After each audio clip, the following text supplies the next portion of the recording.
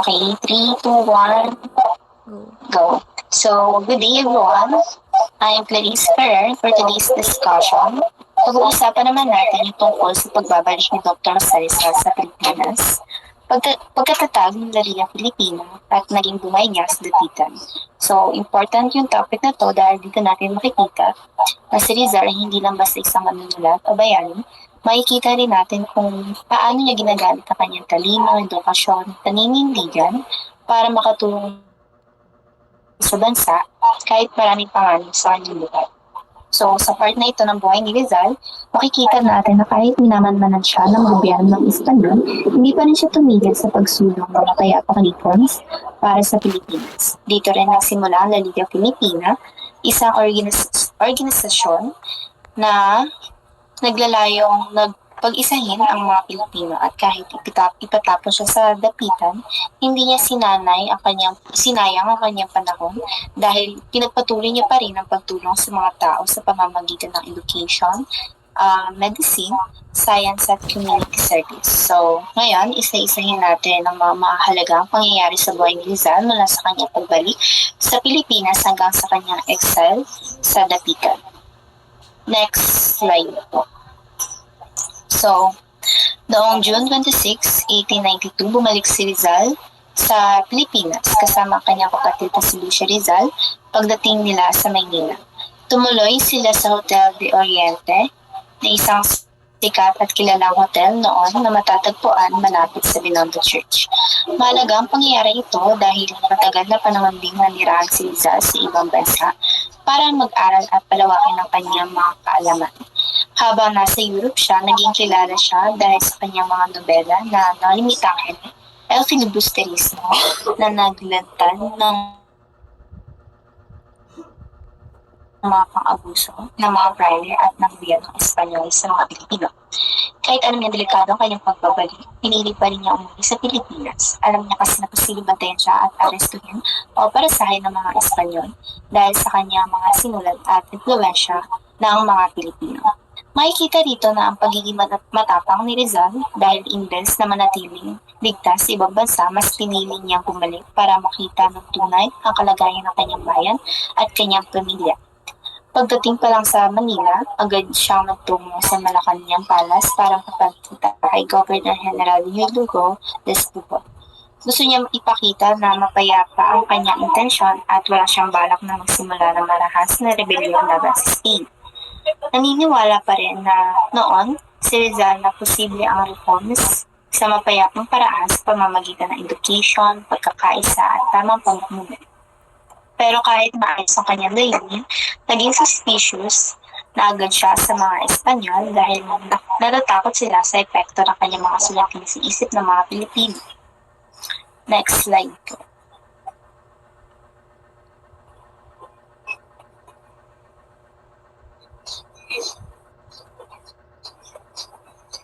So, kinabukasan, matapos siyang dumating sa Maynila, bumiyahe si Rizal gamit ang tren mula sa Tutuban Station papunta sa iba't ibang lugar sa Central Luzon tulad ng Bulacan, Pampanga at Tarlac upang bisitahin ang kanyang mga kaibigan at supporters. Para kay Rizal, simpleng pagbisita lamang ito para kamustahin ang kanyang mga kakilala at makita ang kalagayan ng mga tao sa probinsya. Gusto rin niya malaman ang tunay na sitwasyon ng mga Pilipino sa ilalim ng pamamahala ng mga Espanyol. Pero sa paningin ng mga gobyerno, naging kahina-hina ang kanyang mga paglalakbay. Natatakot kasi ang mga Espanyol na baka ginagamit ni Rizal ang kanyang impluensya para hikayatin ang mga Pilipino laban sa gobyerno. Dahil dito, pagkatapos sa kanyang pagbisita, nireid ng Guardia Civil ang ilan sa mga bahay na kanyang pinuntahan. Nakakakita raw sila ng mga kopya ng Nolimitang El Filibusterismo at iba pa ang pamphlets na tinatawag nilang subversives o laban sa pamahalaan. Kahit wala namang direktang ebidensya na nagpapakita may plano si Rizal na maging magsik, lalo pa rin lumakas ang pagdududa ng mga Espanyol laban sa kanya. Makikita dito na kahit simpleng pagkikita lang ng mga kaibigan ay tinuturing na banta ng gobyerno dahil sa lawak na impluwensya ni Rizal sa mga Pilipino. Next slide po. Habang nasa Manila si Rizal, gusto niyang magtatag ng organisasyon na magbubuklod sa mga Pilipino at magsusulong ng mapayapang pagbabago sa Pilipinas. Kaya noong July 3, 1892, dumalo siya sa isang meeting sa bahay ni Doroteo Onghuangco sa Ilaya Street. Pinaliwanag ni Rizal ang mga dumalo na ang Liga ay isang civic organization na may layunin pag-isahin ng mga Pilipino at magkaroon ng reform sa mapayapang paraan. Hindi ito organisasyong gumagamit ng taas o armas. Ang gusto ni Rizal ay edukasyon, cooperation at pagkakaisa bilang paraan ng pagbabago sa lipunan. Naniniwala siya na siya na kapag naging educated at united ang mga Pilipino, magiging mas malakas sila bilang isang bansa at mas kaya nilang ipaglaban ang kanilang mga karapatan. Nakilala din sila ng mga officer para maging organisado si Ambrosio Salvador ang maging presidente, si Deodato Arellano ang secretary, si Bonifacio Arevalo ang treasurer at si Agustin de la Rosa naman ang fiscal. Makikita dito na hindi lang mahusay na writer si Rizal kundi isa rin siya mahusay na leader at organizer na may malinaw na vision para sa kinabukasan ng Pilipinas. Next slide po.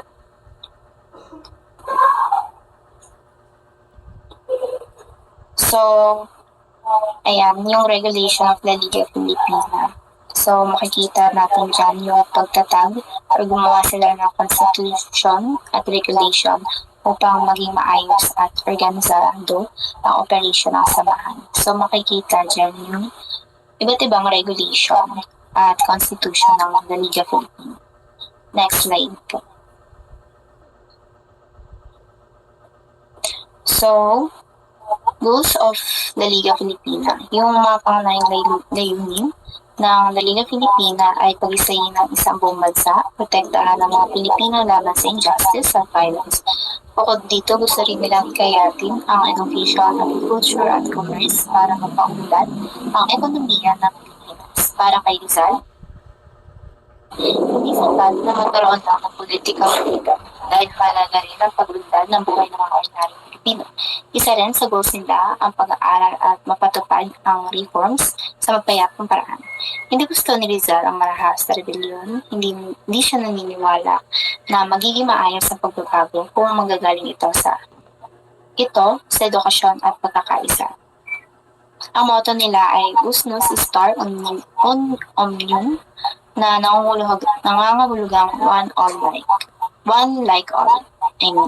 Ibig sabihin nito ay dapat magtulungan ng lahat ng Pilipino para sa ikakabuti ng bayan. Next slide. So, ayon sa Constitution ng La Liga Filipina, lahat ng Pilipino may malasakit sa bayan ay maaaring maging miyembro ng samahan. Pero hindi lang basta pagsali ang kailangan dahil may kakibat ng itong responsibilidad, obligasyon at bawat gustong sumali ay kailangan magbayad ng 2 piso bilang entrance fee at 10 sentimo bilang monthly dues. Sa panahon noon, medyo malaking halaga na yung 2 pesos. So makikita na seryoso talaga ang commitment ng mga taong gusto maging bahagi ng liga. Ang membership sa liga ay hindi lang tungkol sa pagiging parte ng isang grupo, kundi pagiging responsable, aktibong mamamayan na handang tumulong para sa ikakabuti ng bayan. So, naniniwala si Rizal ng halaga ang participation ng bawat Pilipino para maging matagumpay ang kanilang layunin. Hindi sapat na observer lang ang mga tao dahil kailangan din nilang makiisa at tumulong. So, next slide.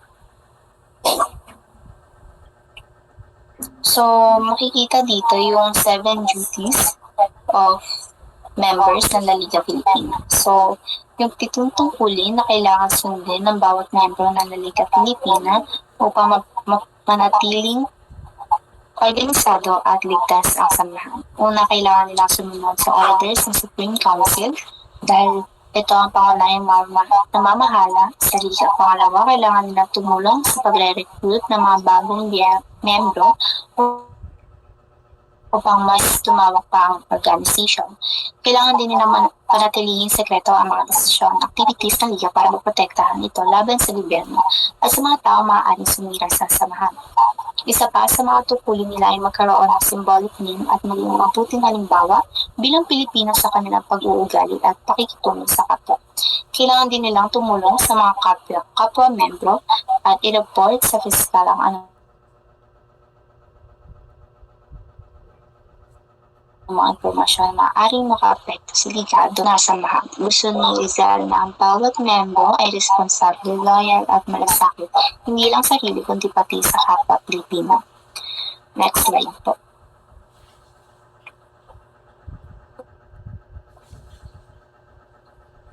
So, noong July 6, 1892, bumalik si Rizal sa Malacanang para sa isa pang pag-usap kay Governor General Julio Discubol. Habang nag-uusap sila, biglang ipinakita ni Discubol ang ilang printed leaflets na sinasabing nakita raw sa pillowcase ng kapatid niyang si Lucia Rizal. Isa raw ito sa mga leaflet na pinamagatang Pobres Frailes. Kahit itinanggi ni Rizal na kanyang mga iwan, hindi na siya pinakinggan ng mga gobyerno dahil dito agad siyang inaresto at dinala sa Fort Santiago. Nakikita rito kung gaano katakot ang mga Espanyol sa impluwensya ni Rizal, hindi lang sa kanyang kontrahin. Hindi nila kayang kontrahin ang epekto ng kanyang mga ideya, kaya mas pinili nilang patahimikan siya sa pamamagitan ng pag-aresto. Para sa maraming Pilipino, unfair ang nangyari dahil wala naman sapat na ebidensya laban kay Rizal. Ngunit itinuturing pa rin siyang banta sa pamahalaan. Next slide po. So, Pobres Frailes o Poor Friars ay isang satire laban sa mamamayamang fraile, lalo na sa mga Dominikano noong panahon ng Espanyol. Tinatawag silang Poor Friars, pero sa realidad ay marami sa kanila ang may malawak na lupain, negosyo at kayamanan. Ipinapakita dito na ang hypocrisy nila dahil may vow of poverty sila pero namumuhay sila ng maramihan. Ginagamit ito ng gobyerno bilang ebidensya laban kay Rizal kahit wala namang sapat na proof na siya ay may gawa o may dala ng leaflet. May kita rito na hindi lang political issue ang laban ni Rizal kundi pati religious issue dahil na natatamaan din ng kapangyarihan at influensya ng mga pahilin sa lipunan. Dahil dito, lalo pang naging determinado ang mga Espanyol na patahimikin si Rizal dahil nakikita nila na siya ay malaking banta sa simbahan at gobyerno. Next slide po. So, kinabukasan, matapos arestahin si Rizal, agad na inilathala ng Gazeta de Manila ang balita tungkol sa kanyang pagka-aresto. Dahil official newspaper ito ng gobyerno ng panahon ng Espanyol, mabilis na kumalat ang balita sa iba't ibang lugar sa Pilipinas. Maraming Pilipino ang nagulat, nalungkot at nagalit sa nangyari, lalo na ang mga miyembro ng Pilipina. Para sa kanila, malinaw na at fair ang pagtrato kay Rizal dahil mapayapa naman ang kanilang layunin. Imbes na pakinggan ang kanilang mga panawagan para sa reforms, mas pinili ng gobyerno na patahimikin siya sa pamamagitan ng pag-aresto. Sa kabilang banda, natuwa naman ang ilang fraile at opisyal ng gobyerno dahil naniniwala sila mababawasan ang impluwensya ni Rizal sa mga Pilipino. Makikita rin dito kung gaano kalaki ang epekto ni Rizal sa lipunan dahil sa kanyang pag-aresto ay naging malaking usapin sa buong bansa. Next slide po. So, sa parehong issue ng Gazeta de Manila, inilabas din ni Governor General Discubol ang decree na nagsasabing ide-deport si Rizal sa dapitan sa Mindanao. Maraming dahilan ang binibigay ng gobyerno kung bakit siya ipinapatakot. Una, sinabi nila na ang kanyang mga books at writings ay laban sa loyalty sa Spain. Pangalawa, ginamit laban sa kanya ang leaflet na Poor Friars. Pangatlo, sinabi nila ang El Filibusterismo ay dedicated sa buong bursa na tinatawag nilang traitors. Ayon pa sa gobyerno, ang mga sulat ni Rizal ay sinisira sa pananampalataya ng mga Pilipino sa simbahang Katolika. Makikita dito na natatakot talaga ang mga Espanyol sa pangyarihan ng ideas ni Rizal. Kahit hindi siya gumamit ng armas, malaki naman ang epekto ng kanyang sinulat sa isip ng mga Pilipino. Sa halip na pakinggan ang kanyang mga hinaing at mungkay, mas pinili nilang ilayo siya sa sentro ng lipunan upang mabawasan ang kanyang impluensya. Next slide. So, noong madaling araw ng July 14, 1892, isinakay si Rizal sa steamer Cebu habang mahigpit na binabantayan ng mga sundalong Espanyol. Habang nasa biyahe, alam ni Rizal na magsisimula ang panibagong chapter ng kanyang buhay. Hindi niya alam kung ano ang maghihintay sa kanya sa dapitan, pero nananatili pa rin siyang kalmado at matatag. Noong July 17, 1892, nakakarating sila sa dapitan at doon siya ipinasa kay Captain Ricardo Carnicero, ang Spanish commandant ng lugar. Dito nagsimula ang 4 na taon niyang exile. Akala ng gobyerno na kapag inilayo nila si Rizal sa Maynila, ay mawawala na ang kanyang impluensya sa mga Pilipino.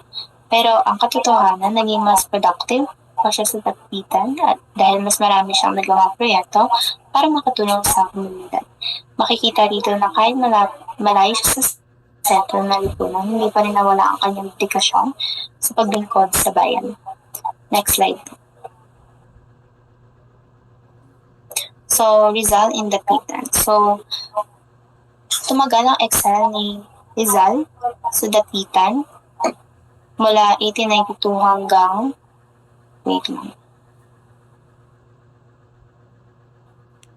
Tumagal ang exile ni Rizal sa Dapitan mula 1892 hanggang 1896. Sa loob ng 4 na taon, nanirahan siya na malayo sa Maynila at sa mga political activities na dati niyang ginagawa. Kahit ipinatapon siya ng gobyerno, hindi siya nawalan ng purpose sa buhay. Hindi siya naging bitter at hopeless kahit unfair ang nangyari sa kanya. Sa halip, ginamit niya ang kanyang oras para maging productive at makatulong sa mga tao sa dapitan. Next slide po.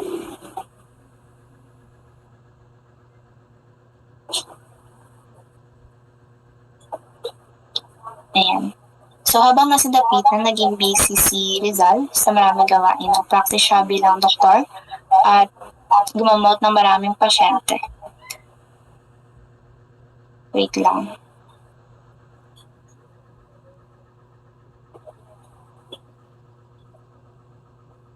Lalo na yung mga mahihirap na hindi kayang magbayad.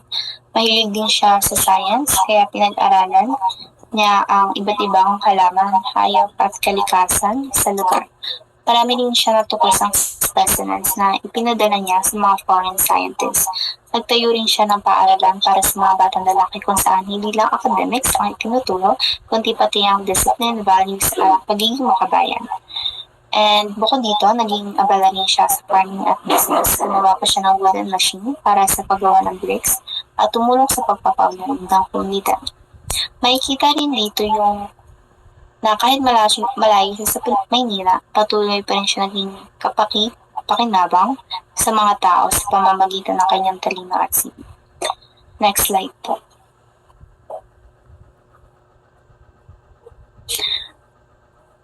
Kasama sa steamer sa Cebu yung isang sulat mula kay Father Pablo Bastel, ang superior ng mga Jesuit sa Pilipinas. Ang sulat ay para kay Father Antonio Aubac, ang Jesuit Parish Priest sa Dapitan. Concern ang mga Jesuit. Kahit maraming disagreement, si Rizal sa simbahan may respeto pa rin sa kanyang ilang Jesuit dahil naging estudyante nila noon nila siya noon sa Ateneo Municipal. Naniniwala sila na mabuting tao si Rizal at umaasa silang may ibabalik nila ang kanyang pananampalataya at relasyon sa simbahan. Next slide po. So, binigyan ni Father Pablo Pastel si Rizal ng ilang kondisyon bago siya payagang tumila sa convent sa Dapitan. Una, kailangan daw gumawa ni Rizal ng public apology tungkol sa kanyang isinulat laban sa simbahan. Pangalawa, kailangan niya ipakita na loyal siya sa Spain. Pangatlo, kailangan niya bumalik sa church practice tulad ng confession at pagsisimba. Pero hindi pumayag si Rizal sa mga kondisyong ito para sa kanya hindi niya kayang isuko ang kanyang mga prinsipyo at paninindig kapalit ng comfort at kalayaan. Naniniwala si Rizal na wala siyang ginawang mali dahil ang layunin lamang ng kanyang mga sulat ay ilantad ang katotohanan at ang pag-aabuso sa lipunan. Next slide po.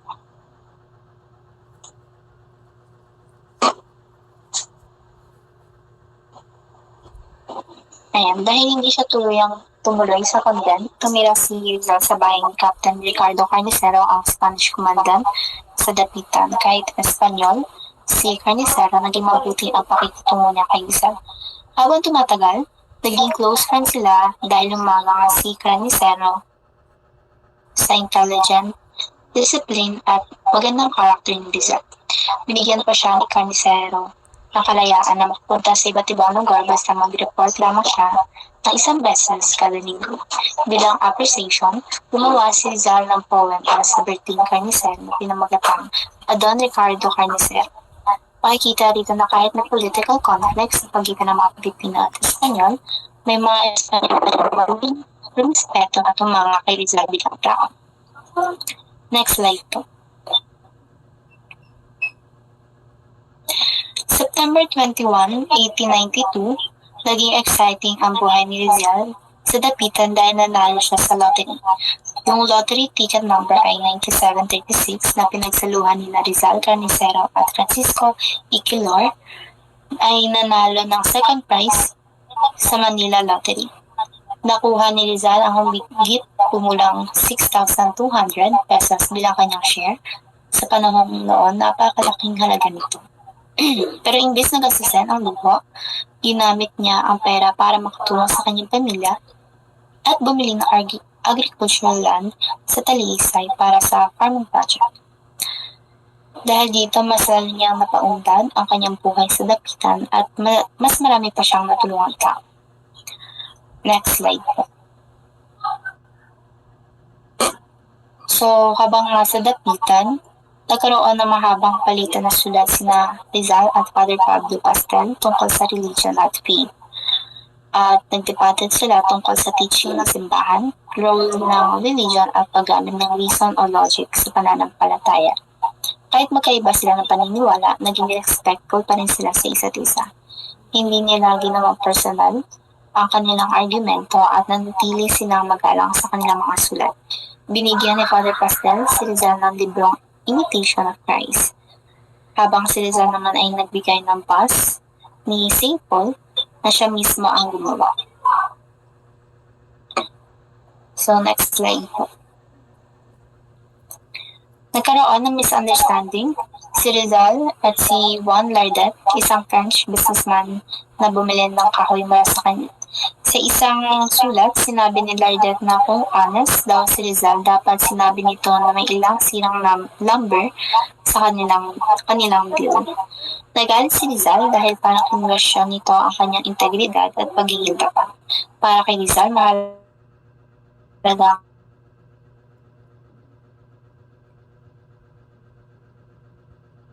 kanya ng isang bulot. Pero pinayuhan ni Captain Carnicero sa Lardet na humingi na naman ng apology dahil kilala si Rizal bilang mahusay sa fencing, martial arts, at pistol shooting. So then, naayos din nila ang kanilang misunderstanding at hindi natuloy ang duel. Next slide po.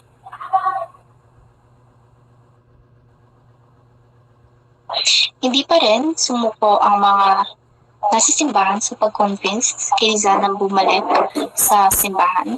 Isa sa pinagdala nila ay si Father Francisco de Paula Sanchez, ang paboritong teacher ni Rizal nung nag-aaral pa siya sa Ateneum Disipan. Si Father Sanchez din ang isa sa mga ilang pari na tanggol sa No Limitangere noon, kaya malaki ang respeto ni Rizal sa kanya. Dahil dito naging maganda at magalang ang kanilang pag-uusap kahit may pagkakaiba sila sa pananaw tungkol sa religion. Next slide po.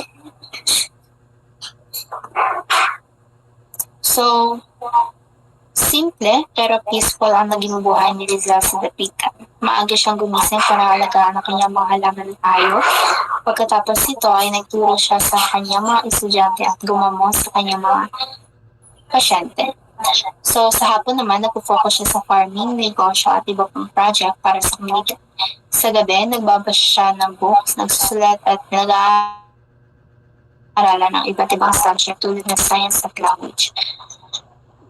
So, makikita rito na kahit excel siya, nagiging productive at meaningful pa rin ang kanyang buhay at hindi niya sinayang kanyang mga oras sa lungkot at galit. Next slide.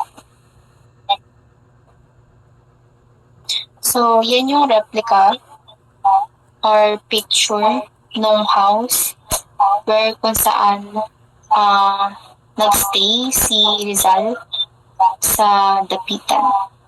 So, ayun, simbolo ito. Yung bahay na to is simbolo ng simple pero makabuluhang buhay niya habang siya ay nasa Dapitan. Dito niya pinapakita na kahit malayo siya sa sentro ng lipunan, kaya pa rin niya maglingkod sa bayan.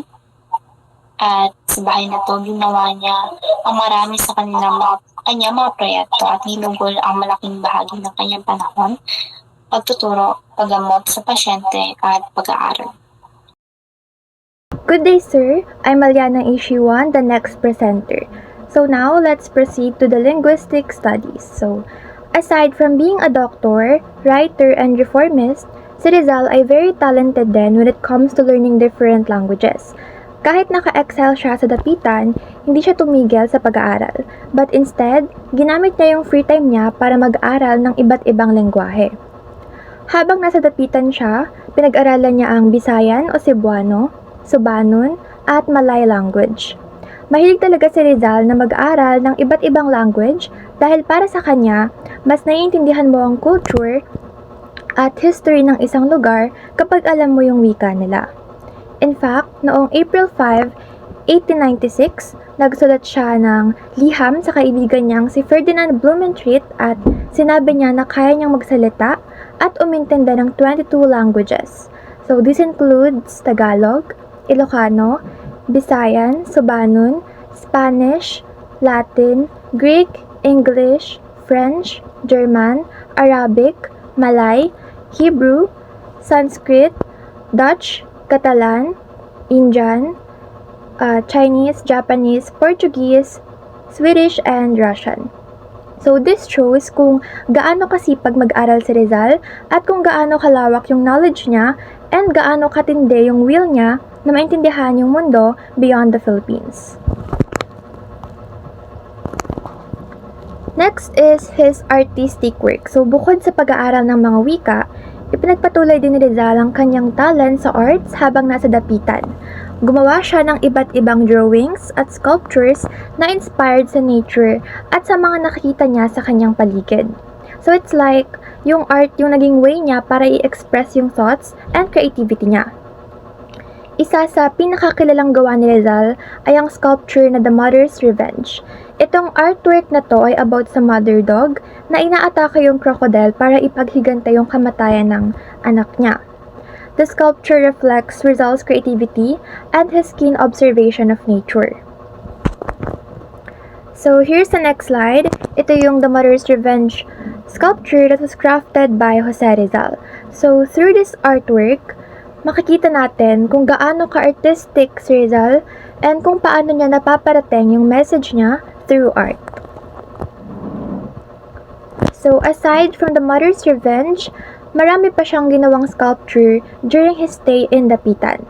Some of this ay ang bust of Father Gerico, a statue known as the Dapitan Girl, a carving of Josephine Bracken, and a bust of St. Paul na niregalo niya kay Father Pablo Pastels. So karamihan sa kanyang mga sculpture ay ginawa niya using materials na madaling makita sa Dapitan tulad ng clay at kahoy. So, ito yung pictures ng sculptural works ni Rizal which reflects his passion for art and sculpture. And Rizal as a farmer. So, habang nasa Dapitan ay naging farmer din si Rizal. Bumili siya ng 16 hectares na lupain sa Talisay gamit yung part niyang pera na napanalunan niya sa lottery. So, ginawa niyang sakahan yung mga lupang binili niya.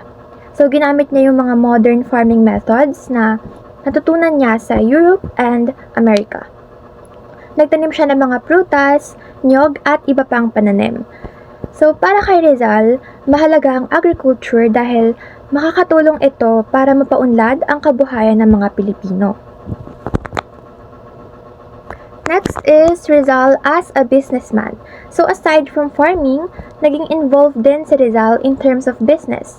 Nakipag-partner siya kay Ramon Quirion na isang negosyante sa Dapitan.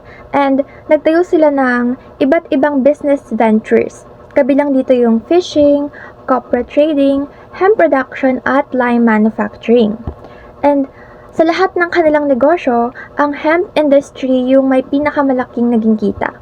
So, ginamit ni Rizal yung naging income niya sa mga negosyo niya para suportahan yung family niya and pondohan yung ilan sa kanyang mga community projects sa Dapitan, pati na yung mga pinatayo niyang schools. So, Rizal is also a practical businessman who understood the value of hard work and entrepreneurship. Next, so yung capability ni Rizal, hindi lang dito nagtatapos. As it turns out, he was also gifted in science and invention. So habang nasa Dapitan, nag-invent siya ng mga bagay na magagamit ng mga tao sa pang-araw-araw. One of his inventions ay ang sulpukan. Yung sulpukan, isa yung cigarette lighter na gawa sa kahoy at gumagana through compressed air. So sobrang proud ni Rizal sa naging invention niya na to, kaya inaregalo niya yung sulpukan kay Ferdinand Blumentritt. Gumawa rin siya ng brick-making machine na kayang mag-produce ng about 6,000 bricks kada araw. So, very useful itong invention niya kasi mas mapapadala yung construction project sa community. So, sa Dapitan din, isinulat ni Rizal ang isa sa pinakamagandang tula niya na pinagatang Mi Retiro or My Retreat. Isinulat niya ito between 1892 and 1896. And nang matapos niya yung tula, ipinadala niya ito kay Doña Teodora, yung mama niya sa Maynila. Before kasi umalis si Doña Teodora sa Dapitan, nag-request siya kay Rizal na sumulat ito ng tula para ma-express niya yung emotions or inner peace niya while naka-exile siya sa Dapitan. So sa tula, inilarawan niya yung tahimik at payapang buhay niya sa Dapitan.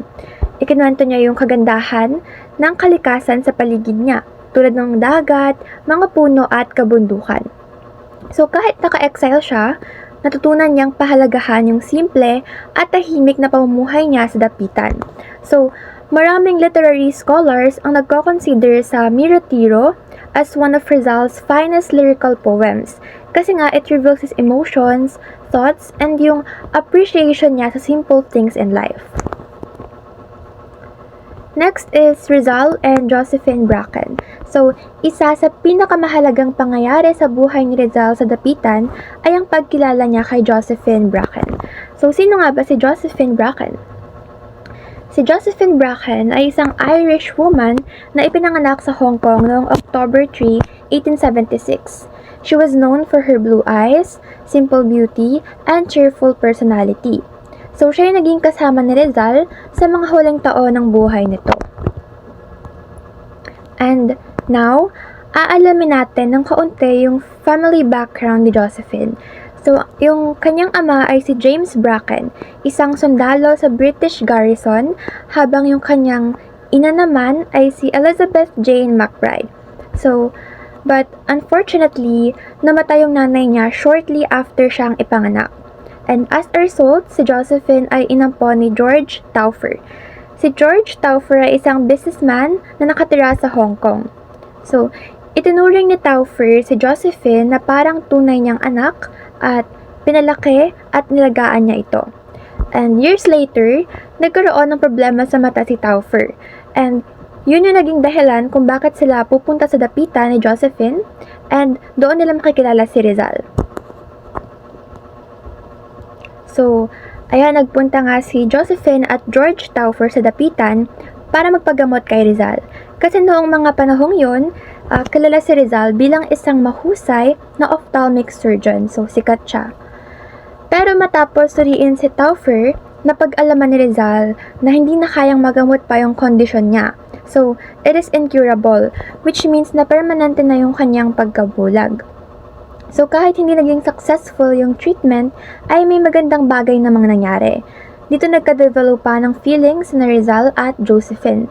So, according to historical accounts, they fell in love at first sight. And after a month ng kanilang relationship ay nag-decide na silang magpakasal. Next is the obstacle to their marriage. So, kahit nag-decide na sila ay hindi naging madali yung plano nilang magpakasal sa dapitan dahil tumanggi si Father Antonio Obac na ikasal sila nang walang pahintulot mula sa Bishop ng Cebu.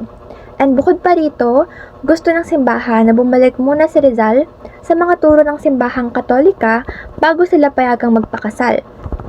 Kasi 'di ba, itinuturing na blasphemous at anti-Catholic yung dalawang novel ni Rizal na Noli Me Tangere at El Filibusterismo.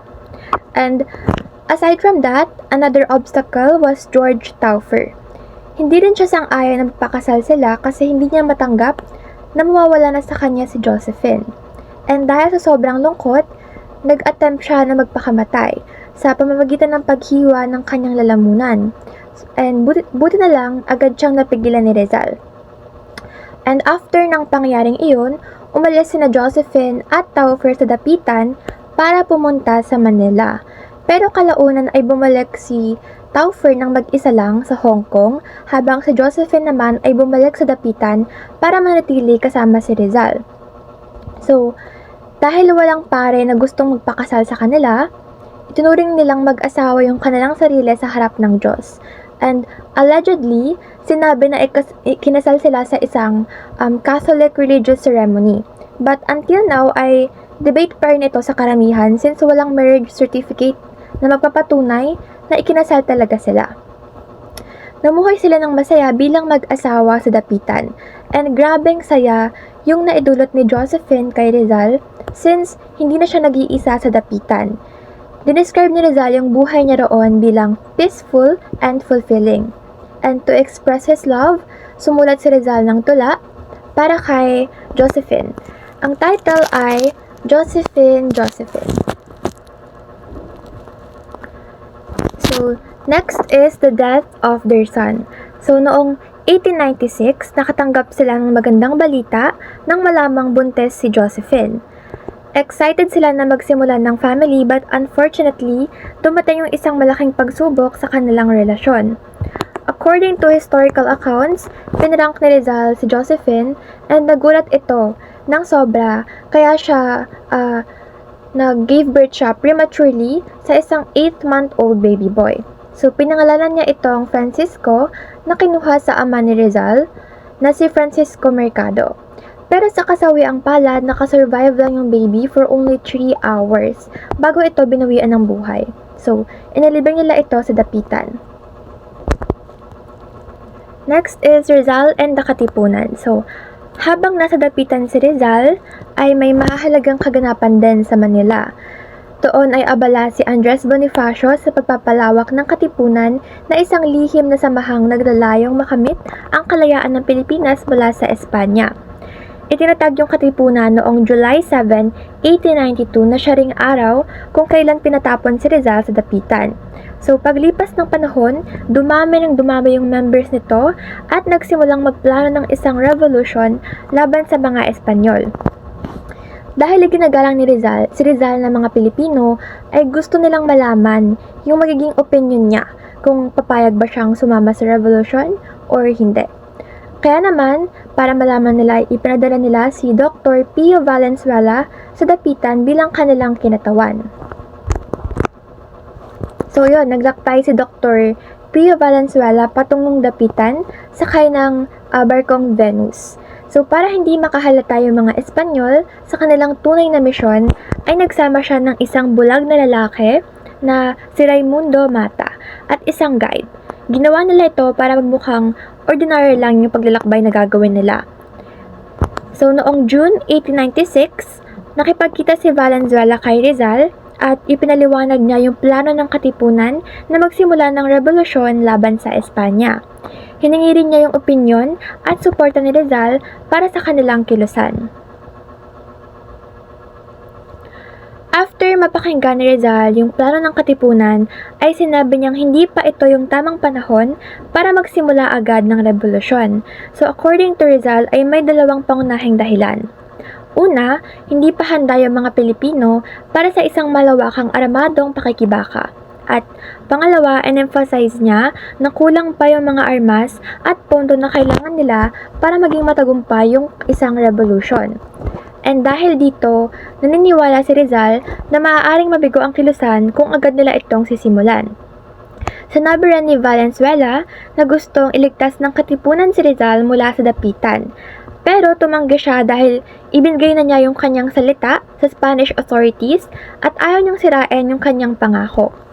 Although gusto ni Rizal ng kalayaan para sa Pilipinas, ay mas nanaig yung paniniwala niya na dapat na maging lubusang handa yung isang bansa para sa isang revolusyon. So next, Rizal volunteers as military doctor in Cuba. So bago pa man dumating si Valenzuela sa dapitan, ay may iba ng plano si Rizal para umalis sa dapitan. So noong panahong yun, ang Cuba ay nasa kalagitnaan ng isang war and widespread disease. So si Ferdinand Blumentritt ang nagbalita sa kanya tungkol sa sitwasyon doon at sinuggest nito na maglingkod siya roon bilang military doctor. So tinanggap ito ni Rizal dahil gusto niyang gamitin yung knowledge niya sa medicine, yung profession niya kasi isa siyang doktor. So para makatulong siya sa mga taong nangangailangan. Sumulat si Rizal kay Governor General Ramon Blanco para ialok yung serbisyo niya bilang military doctor sa Cuba. And to his surprise, ay inapprove ito yung request niya at binigyan pa siya ng safe conduct pass na magpapahintulot sa kanyang maglakbay patungong Spain at pagkatapos ay sa Cuba.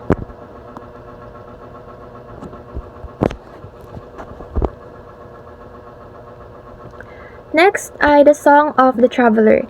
So dahil sa sobrang saya niya sa balitang ito, sumulat siya ng tulang pinamagatang El Canto del Viajero or The Song of the Traveler.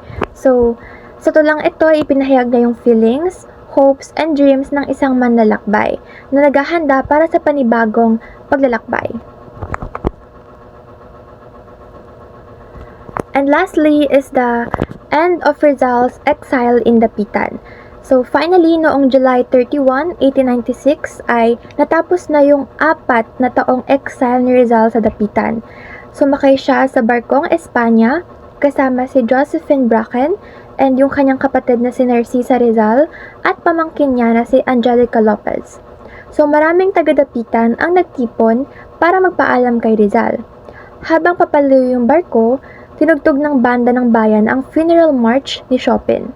And at that moment, iniisip ni Rizal na aalis na siya para sa isang panibagong misyon bilang isang doktor. Pero hindi niya alam na ito na pala yung simula ng mga huling buwan ng kanyang buhay bago siya tuluyang maaresto at maipapatay. And this ends our presentation. Thank you.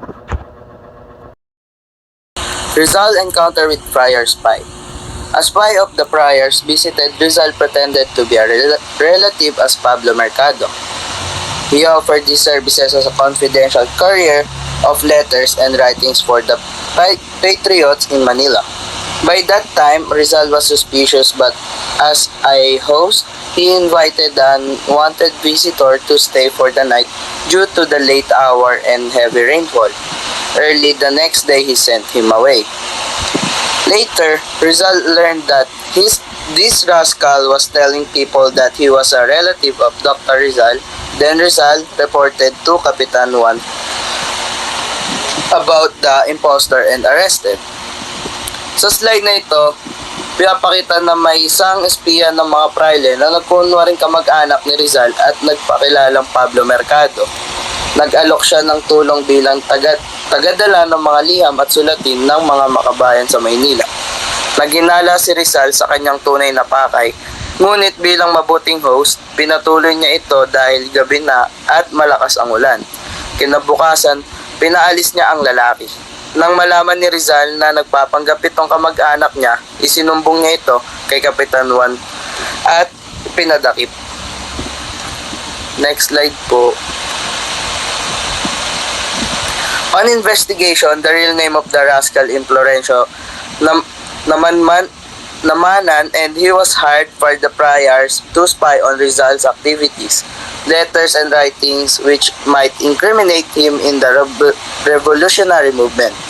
Strangely, Ano to? Anong basa dito, guys? Saan? Ito, yung strangely, si Jess. Guess na lang. Ano? Ewan ko, ano ba yung pangalan? Sid Guess? Go. Sid Guess yan? Sid Guess quashed the investigation and released the spy. Sa investigasyon nalaman na ang tunay na pangalan ng lalaki ay Florencio Namanan. Inupahan siya ng mga praile upang mamanman ang mga gawain, liham at mga isinulat ni Rizal na maaaring mag-ugnay sa kilusang revolusyonaryo. Gayunpaman, sa hindi malinaw na dahilan, pinatigil ni Kapitan Sidjes ang investigasyon at pinalaya ang espiya. Slide 27. Rizal as physician in Dapitan. Rizal practiced medicine in Dapitan. The most of them were poor patients, so that he even gave them free medicine. He operated on his mother's right eye. Habang nasa Dapitan, ipinagpatuloy ni Rizal ang kanyang propesyon bilang manggagamot. Marami sa kanyang mga pasyente ay mahihirap, kaya madalas siyang nagbibigay ng libreng gamot at serbisyo. Isa sa kanyang mga mahalagang nagawa bilang doktor ay ang pag-opera sa kanang mata ng kanyang ina upang gamutin ang kanyang sakit sa mata. Ipinakita nito ang kanyang kahusayan at malasakit sa kapwa. Slide 28 po. Some of his patients are Don Ignacio Tumarong, a rich Filipino paid him 3,000 pesos, and an Englishman paid 500 pesos. Don Florencio Azacaraga, a rich ascendero of Aklan, paid him a cargo of sugar. Noong si Jose Rizal ay manggagamot sa Dapitan, marami siyang naging pasyente mula sa iba't ibang antas ng lipunan. Isa na po dito nga, yan nga po si Don Ignacio Tumarong, isang mayamang Pilipino na nagbayad kay Rizal ng 3,000 na malaking halaga noong panahong iyon. Tapos isa pong Ingles o Englishman naman ang nagbayad sa kanya ng 500 para sa kanyang pagpapagamot. Si Don Florencio Azcaraga, isang mayamang hasyendero mula sa Aklan, ay nagbayad kay Rizal gamit ng isang kargamento ng asukal sa halip na pera. Ipinapakita nito ang mahusay at kilala si Rizal bilang doktor, kaya handang magbayad ng malaki ang kanyang mga pasyente para sa kanyang serbisyo. Slide 29 po. Rizal became interested in local medicine and in the use of medical plants. He studied the medicinal plants of the Philippines. For poor patients, he prescribed the local medicinal plants. Hindi lamang si Rizal umaasa sa makabagong medisina ng kanyang panahon, pinahalagaan din niya ang kalamang Pilipino tungkol sa mga lamang may kakayahang magpagaling ng sakit, lalo na upang makatulong sa mga mahihirap. Pinag-aralan niya ang iba't ibang halamang gamot sa Pilipinas at ang kanilang gamit sa pagpapagaling. Kapag mahirap ang kanyang pasyente po at walang pambayad, madalas niyang inirekomenda ang mga lokal na halamang gamot bilang lunas. Slide 30 po. Ang water system in Dapitan. Rizal held the title of expert surveyor. In Dapitan, he applied his knowledge of engineering by constructing a system of waterworks in order to furnish clean water to the town people of Dapitan. Habang nasa Dapitan po siya, gumawa siya ng sistema ng patubig o waterworks upang magkaroon ng malinis na tubig ang mga mamamayan. Mr. H.F. Cameron, an American engineer, praised Rizal engineering feat. Dahil po sa kanyang proyekto, naging mas maayos ang supply ng tubig sa bayan. Kaya naman po, pinuri siya ni H.M. Cameron o kilalang Amerikanong ininyero. Sa kanyang kahusayan ay kanya naman po itong pinuri. Slide po. Sunod na po. Community projects for Dapitan. He spent many months draining the marshes in order to get rid of malaria that infested Dapitan. he knew that malaria is spread by the mosquitoes. Plan of the waterworks for Dapitan constructed by Dr. Rizal and the Jesuit lay brother Juan Costa. Rizal's name was committed for political reason. Next slide po.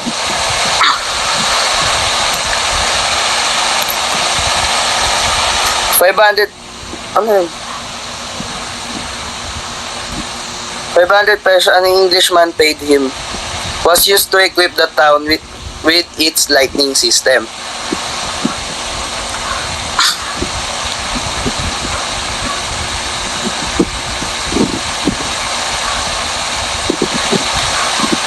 Wait lang, nawawala yung notes ko.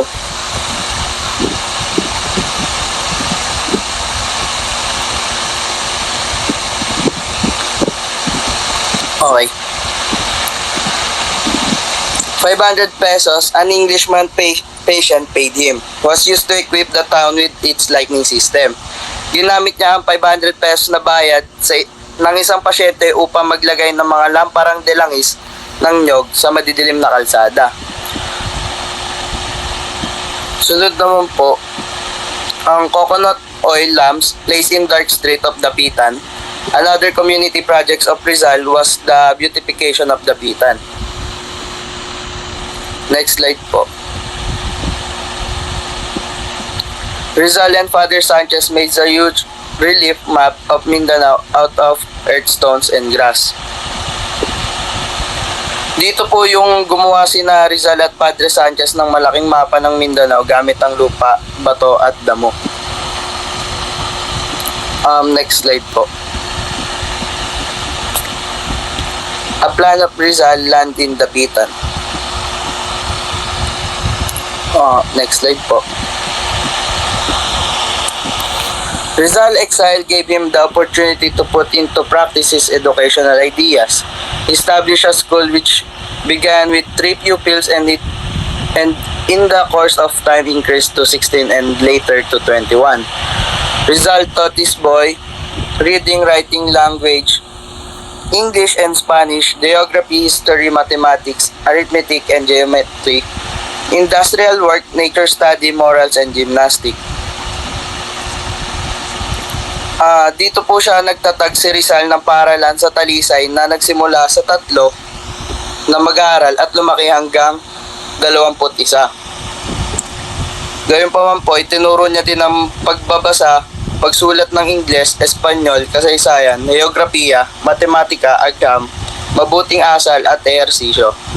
Gumawa rin po siya ng himno ng Talisay, isang awitin para sa kanyang mga mag-aaral.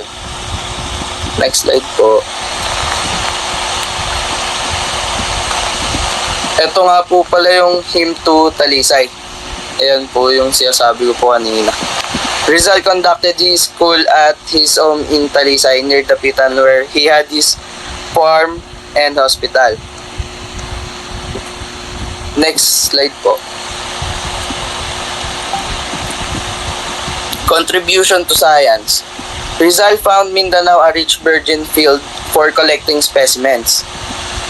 With his baroto or sailboat and accompanied by his pupils, they explored the jungles and coast seeking specimens of insects, birds, snakes, lizards, frogs, shell, sand, plants. So, nangolekta po siya ng mga hayop, halaman, kabibe at iba pang specimen sa Mindanao. Ipinadala niya po ang mga ito sa mga siyentista sa Europa at kapalit nito, nakatanggap siya ng mga aklat at kagamitang medikal. Nakabuo po siya ng koleksyon ng 346 na kabibe mula sa 203 na uri. Next po. Dresden Museum. Saan yun?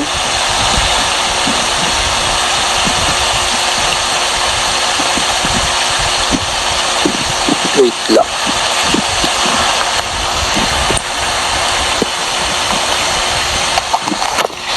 Wait lang.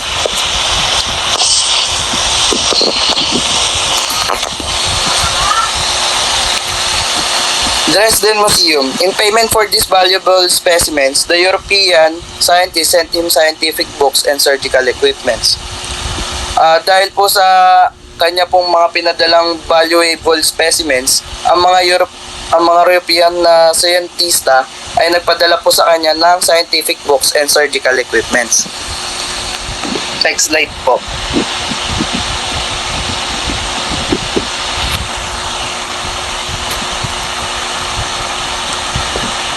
One of the list of ethnographical material collected at Dapitan by Rizal for the Dresden Museum. So ito po yung mga list ng ethnographical material at na nakolekta doon sa Dapitan nila Jose Rizal para ibigay doon sa Dresden Museum po. Next slide po. Ano dyan?